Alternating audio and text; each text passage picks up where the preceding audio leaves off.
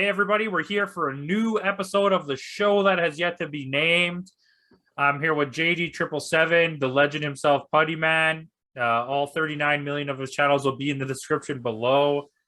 Check it out. That's a joke nowadays, isn't it? It's a thing. It's a thing now. It's a thing now. It's like mussels in the sauce. And we're coming through with our new episode, which is our 5 favorite Marvel heroes, going with our other episode, also pairing with the Marvel and DC games over on JD's 777's channel. JohnnyDonuts 777 at hotmail.com. I don't know. That's not his email. Don't email that email. JohnnyDonuts 777 OnlyFans? No. No, I mean, it's possible. It'll just be him wearing different F1 helmets with no pants. Right, eating jelly donuts. Helping cannolis. All right. Anyways, let's get this list started here. JD, you're at the bottom, so you got to go first. One more time. All right. So I had to caps mine, and this is the only caps on the list. And number 5 is between Daredevil and Wolverine. All right. You, well, I caps as well. 3, 2, and 1 were my easiest picks, but number 5 I caps with Psylocke and Gwenpool. So this list seemed like it was going to be really hard for me, but it kind of just played itself out. So I only have 1 caps, and it's basically not even really a caps. My number 5 is Hawkeye and Kate Bishop. Yeah, that's a good one. My number 4. This one is totally out of left field, and it's specifically this character because I enjoyed the comic run so much. It's the unbeatable Squirrel Girl. Whoa. Okay, I'll take it. I'll allow it. I won't allow it, but I'll take it. Putty. Okay, my number 4 is caps again. Sorry, but these 2 I just had to put on there, and I didn't know if you guys would count this, but I'm pretty sure you do, especially since he turned hero, and that would be Venom and Ghost Rider. Putty's like, how can I fit more people into this list? That's pretty much what's happening. The top 3. We all know what number. We all know what number 1 is. So, like, I mean, we know what Putty's number. Anyways, so Jubilee. It's my number 4. Am I on 4? I mean, yeah, it's your number 4. Okay, my number 4 is your show. You do what you want.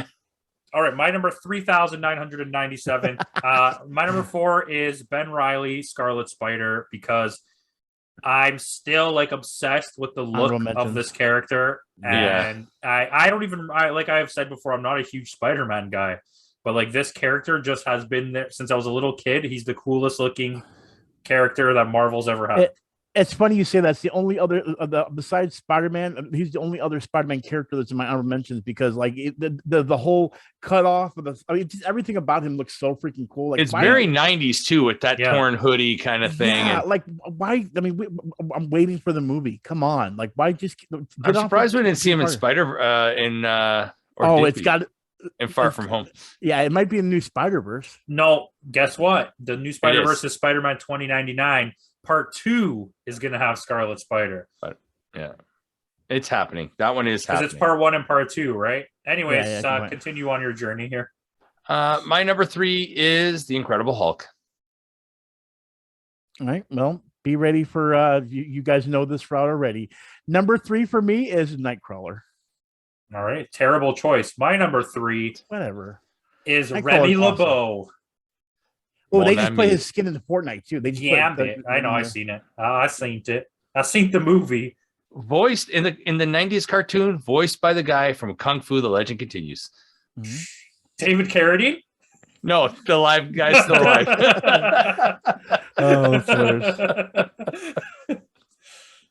All right. On that note, my number 2 is Beast. Whoa. Ooh, nice. We actually just talked about Beast today because someone in my chat was like, there's a Beast character. I'm like, yeah, Beast, Hank McCoy. Come on now. How do you not know that? Anyway. Kelsey Grammer? Yeah, right. Anyone? The perfect guy to play it, by the way. I talked about Blue Frazier. Yeah, right. Exactly. My number 2 is between you guys. I know you guys know which my number 2 is, but viewers probably not. And that is Jubilee. Jubilation or Jubilee. So JD, you already called this. Yeah, I knew that one was coming. Me once again. That's yours. Number 2, a character that always seemed cool, but the more I read the comics, it's Arguably the best character in all of Marvel with the most going on for him. He has good villains. He has great stories. It's Daredevil. Nice. He has arguably the most going on of any character, and the fact that he's balancing a life as a lawyer, which is like not an easy job to do, and being Daredevil, well, he's blind. And being blind. Yeah, it's like, and he has a lot going on. His whole thing with Elektra, and then he's kind of in some little super groups, and he also doesn't want to join with like the Avengers. He likes to be street level. Like it's a really layered character. I find Daredevil and Batman have a lot of similarities. The whole relationship between Batman and Catwoman is like Daredevil and Elektra. It's also he's a villain, but not a villain kind of thing. It's also one of the darkest characters that Marvel writes. Outside of Blade, I would say, but But Blade is dark in terms of it's a vampire. Like, the movies of Blade are much darker than the actual comics are. Well, you got to think Daredevil was the one that actually kicked off Marvel Knights, if you really think about it. Marvel Knights wouldn't exist without Daredevil. I think the show was like the most grittiest thing Marvel has done so far. Yeah. And by the way, guess what? They announced it's coming over to Disney Plus, and we'll be back to canon when it joins Disney Plus in the Marvel. It never stopped being canon. Yeah, but there's going to be a season 4. Apparently, they're working on 2. Yep, exactly. But I same with you. I mean, obviously, he's not as high, but Daredevil needs to be on the list. I agree. Yeah. He's only beaten by one guy, and it's only because I have to. Okay. I guess it's my number 1. Now, my number 1, you may or may not accept it because he kind of teeters the line, and that's Magneto.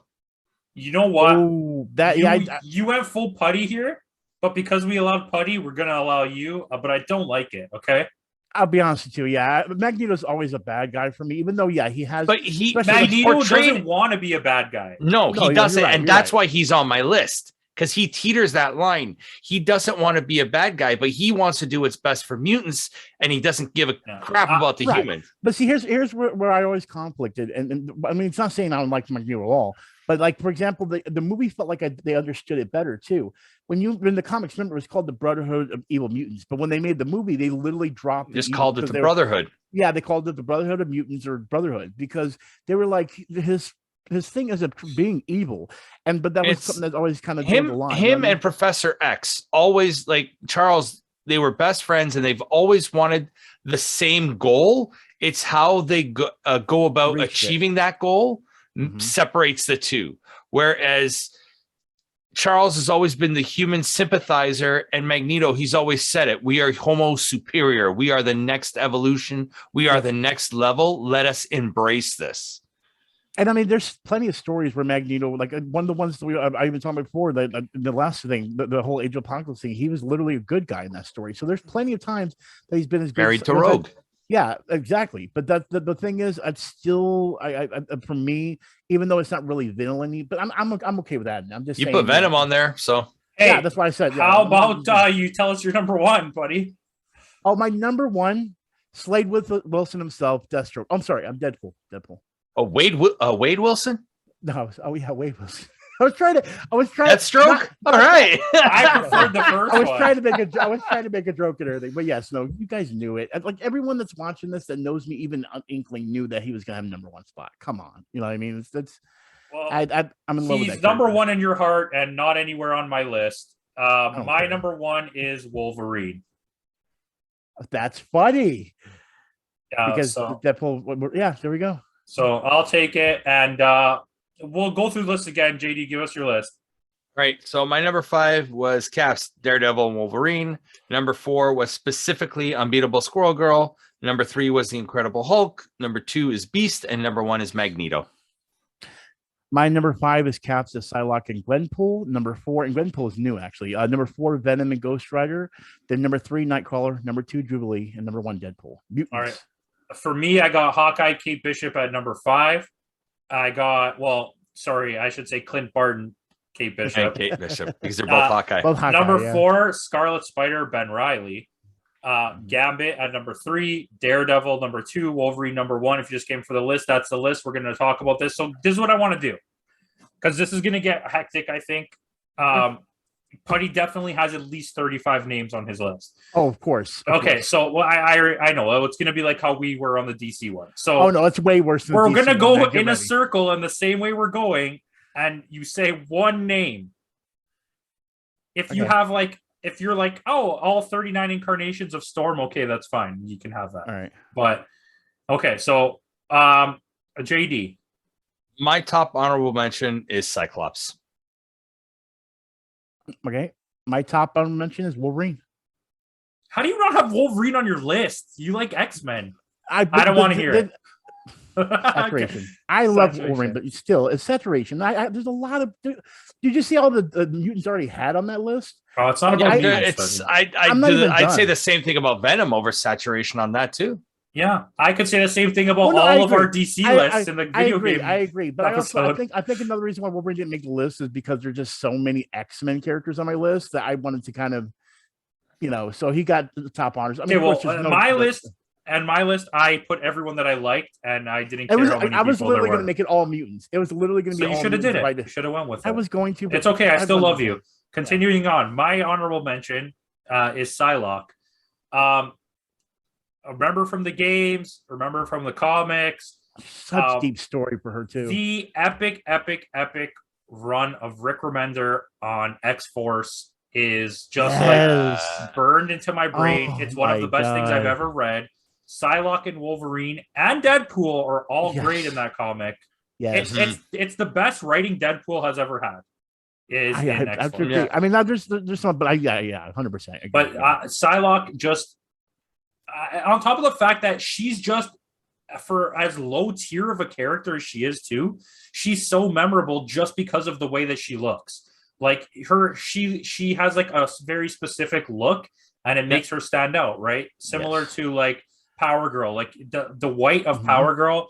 It's just like it burns into your brain. Yep. And I don't just mean sexually, but you can add that as well. But I mean, like, just the look of the outfit, and like she has the what is it called? Her it's a sonic size or sonic psionic blades. Yeah, sonic blades. Which she can pretty much make anything with the sonic. Remember, she used it for a lot of reasons, but blades she's a ninja primary. Well, yeah, she was an assassin. She was actually she was trained with she God, I'm forgetting the name right now, but because remember she had her sister, Captain Britain. Isn't Captain Britain her brother? Yeah. Well, no. Captain she's trapped. She's trapped in a Japanese woman's body. That's what I was trying. That's what I was trying to say. Yeah.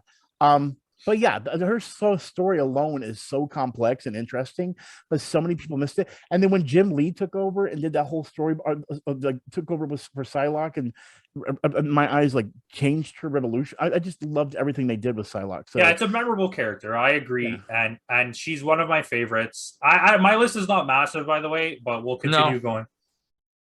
Like, because it's favorites, right? I didn't want to just. I could have bombarded, but I was like, okay, I'll calm down. No, these are all just ones I like and everything, but still, I like a lot of. These ones are all ones that were very close. I made sure that everyone on my honorable mentions was so close to making the list that I was willing to put it. Okay, JD, give us another one. I am going to put the Superior Spider-Man on there because it's Doc Ock, not evil in the same vein as Magneto, where he's not evil. He's not evil at all, really. No, he wants to do good. It's just how he goes about. He wants to do it his own way. Yeah, Spider-Man, you never had the guts to kill anybody. Here, I'm going to kill everybody. That's one of the best runs in Marvel history. And once again, I'm not a big Spider-Man fan. Yeah, that's what got me into that universe. You'll see me, and all the Marvel lists that we do, I always end up going back to Superior Spider-Man. I don't have that on my list for the fact that I just feel like it's still Spider-Man. But I'm glad you brought it up because it's a great character. Yeah, because I had Spider-Man and Ben Reilly. But I already said those earlier. So, Buddy, what do you got next? Next on the list, I'm going to go down. Okay, so next after Wolverine would be Blink. That would be my second honorable mention. It's such a weird choice. Like I don't think it's a bad choice, but it's such like a barely used character. Yeah, but that's the problem. When they first introduced her through the Age of Apocalypse storyline and introduced her, like brought her in, they kill her off so much. I want her to be expanded because there's something unique about the character that I feel like can be brought on. So when they tried to do it in the actual like TV series, it kind of made me happy, but then I was like, this isn't the Blink I'm used to. Like, they use Blink even in the movies because they know the fan popularity. I think you're right. Don't feel like you're right. The TV shows, movies don't know how to do a character for me like that is Bishop. Because he got so brushed off in the movie. That was going to be my next honorable mention. Yeah, okay, well, sorry. But no, but he's not on my list. He's not on my list, but we'll get to it when we get to you then. So my next honorable mention is Blade. My introduction to Blade is actually from the animated series, Spiderman. When they were going after Morbius and all that. And then the movies came, and the first movie just blew me away. The second movie, I love the third movie, even. It's just stupid fun. And then I started reading the comics, and to be honest, the comics don't live up to what the character is like actually like worth. The character has so much depth and has so much going on, and I feel like he gets dogged in the actual comics, but an amazing character, and I've always gravitated to him. Wesley Snipes is my Blade. When I read it in the comics, I just picture Wesley Snipes. Wesley Snipes, he played that. He played that, and once again, Donald Loge.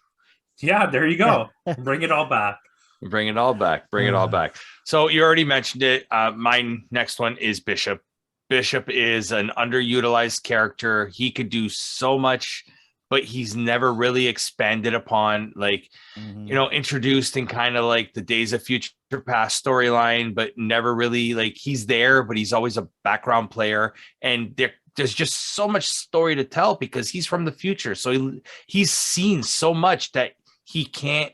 Which is why I said, like, with the casting that we did, there's that character. Oh, and Coleman Domingo is a perfect cast for that. And you could do a whole like story because we don't know that future. You could give his story that before Age of Apocalypse, like just like what he's been going through this whole time. And like I was saying before, in the series, in the animated series, he's amazing. He's one of the coolest characters. He's just the colors, the bright blue and yellow. And he just stands with that out. Mullet. With the Jerry curl going on. Yeah, the Jerry curl mullet. He just stands out, and he's just a really cool, badass character that never gets enough recognition. Yeah. And Putty, as an X-Men reader, can vouch for that, because he comes and he goes. He's never really just like a staple. Yep. All right, Putty, you got someone? Okay, so I'm gonna do the way I'm gonna do these just to make it easier is I'm gonna call these the trilogies. It's basically this one of them at first, and that's Rogue, Gambit, and Iceman. The reason I did that is you know exactly why I'm talking about the relationship between Rogue and Iceman, as well as Rogue and Gambit. The love triangle. That's X-Men's specialty. Yeah, exactly. So I had to put them in there because those were stories I was so enthralled with when I was younger, and we're gonna get into another trio soon too. But I really so I love the cat and mouse thing. Like we talked about Elektra, Daredevil, Batman, Catwoman, and Rogue and Gambit has that. Exactly. I never was a fan of Gambit. I mean, of Rogue and Iceman. I don't like it. It's too puppy love. I hate that. What about Iceman and Gambit? I would take that. Yeah, but see, here's my problem, though. Frozen Love, the new everyone issue. In the movie world knows them as Iceman and Rogue because of that. Which Two of Hearts. Yeah. but bring it back to the playing cards. But yeah, exactly. Yeah, I'm on it. Anyway, I just broke my head there because I just thought something else. Anyway, but my point is, everyone knows Iceman and Rogue because of the movies. Yeah, right. But they know it because of the movies, so they don't even have the idea that Gambit and Rogue were really the relationship. But Iceman just kind of came into the fold. Well, you know what I mean? Gambit looked him in the eyes. He was so cold and hard. Gambit wanted Rogue, but Rogue wanted nothing to do with Gambit. Yeah, she kept on pushing away, but the thing is, in the end, she really did love him. Yes, she was scared because of her power. She was afraid of hurting him. That's always what it was. It's funny because the animated series fleshed out some of the relationships and characters of X-Men better than the comic books did over years. Yeah, right. And I'm looking forward to X-Men 97 next year. Oh, of course. Wait. Are you kidding me? Come on. Yeah. Well, we're gonna have a whole list of. I would like to do this so people could know. I'll give us spoilers here. I want to do a DC animated list and a Marvel animated list. I'm 100%. Yep. I was just going to do best animated superhero, but there's so many. I'd rather have two lists. And then you could do non-Marvel DC superheroes, Ninja Turtles. Spawn, Ninja Turtles. Yeah, exactly. But anyways, so I'm going to get to my next one here. And it goes with both of yours because as a kid growing up in the 90s, if you didn't like Cable, you were not cool. Yep. Cable is arguably, other than the look of Besties. Other than the look of Ben Reilly, yeah, the coolest character of the 90s was Cable. Everybody wanted, because he was so mysterious. No one knew anything about him. Well, again, this goes back to New Mutants 98. I'm throwing it out there. You know I am.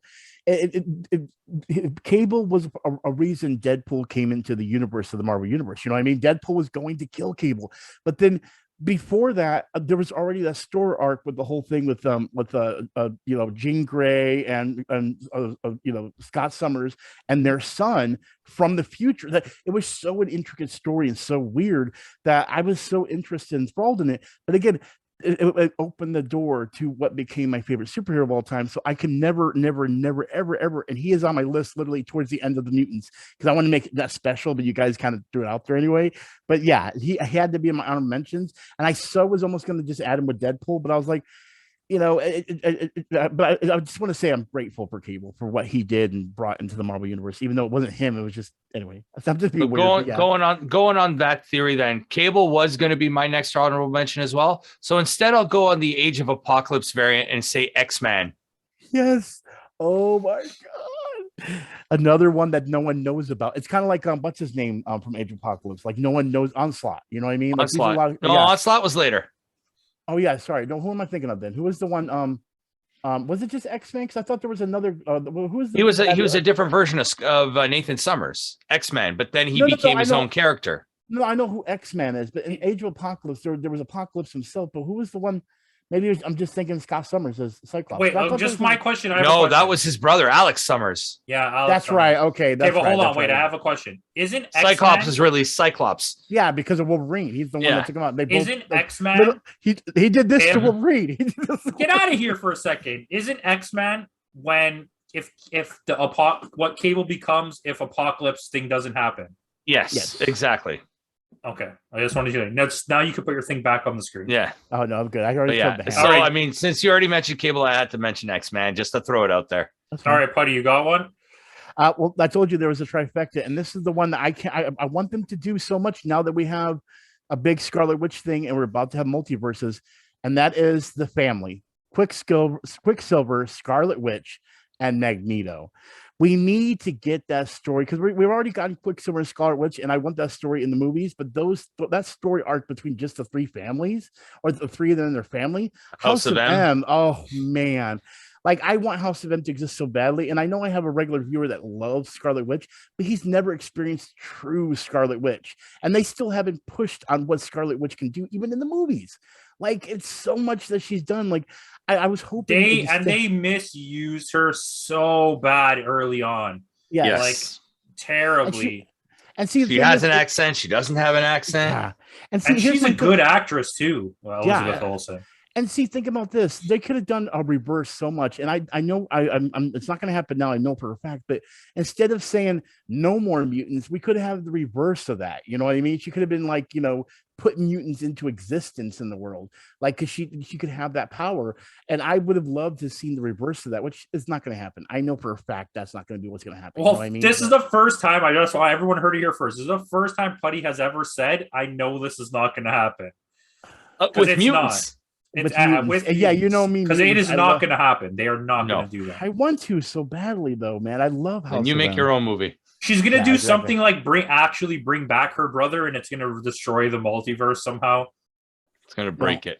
Don't worry. You know who's coming out of that portal, and I'm ready for it. Yep, it's Howard the Duck. Yeah, there we go. Out of that porn hole? Yeah, that porn hole. All right, okay, I'm next. This is my last one on my list. So Kamala Khan, Miss Marvel. Dude, you stole mine again. Really? That was my last one too.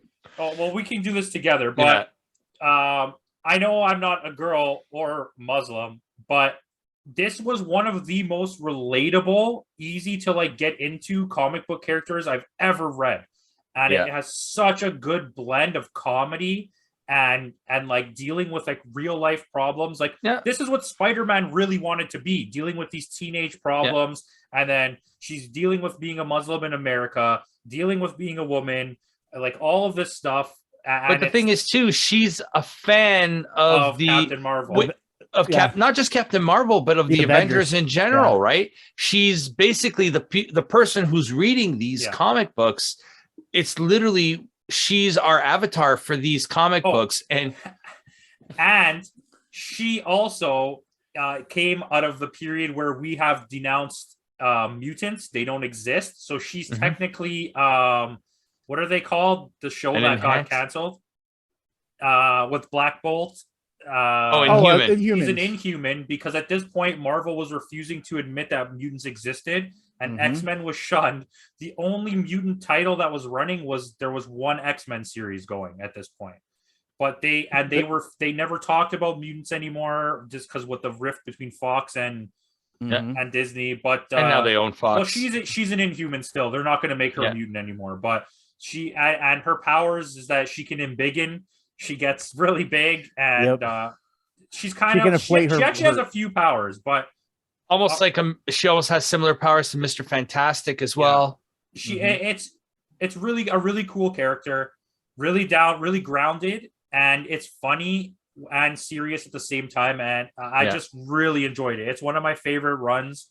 It is. I think, and I really hope the series, and I really hope the series like kind of embraces that too. The Disney Plus series that's coming out. It needs to keep the tone of this. Yeah, I agree. That's I what you just said, I can't repeat. Like, it's the same idea. Like, the only thing, like I said, I wanted to add was it puts us in that position. She reads the comics. She's a fan of these characters. So like I said, it's more relatable. You know, you can't relate to a billionaire scientist like Iron Man.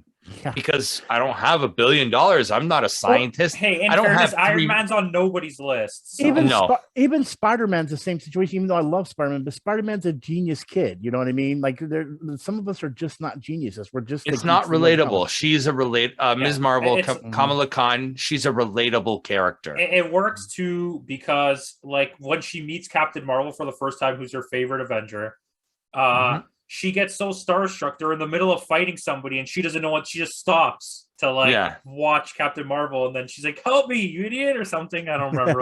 It's a good read. It's worth it. Is reading. A good run. Putty, I'm gonna expect you to finish this off with everything at once. Okay, so let's knock out the mutants. First off, these are the 3 mutants that are already in movies, but I just love them no matter what. And that's X-23, Jean Grey, aka the Phoenix, and Kitty Pryde. We did get Dazzler in one of the movies, but horribly. I want Dazzler singing a song. Yeah, I mean, I want Dazzler from the 80s video game Dazzler, like the arcade game. Anyway. And I want that guy Dazzler who works down in Vegas on those stage shows. And then a character that I loved and I feel like needs to be around more often now because it works so much with technology, but I loved him in the old cartoon, Forge. Like, can we please get Forge in the movies? He would be perfect. Nowadays, Forge would be amazing as a mutant character. But those are pretty much all the mutants that I really was into.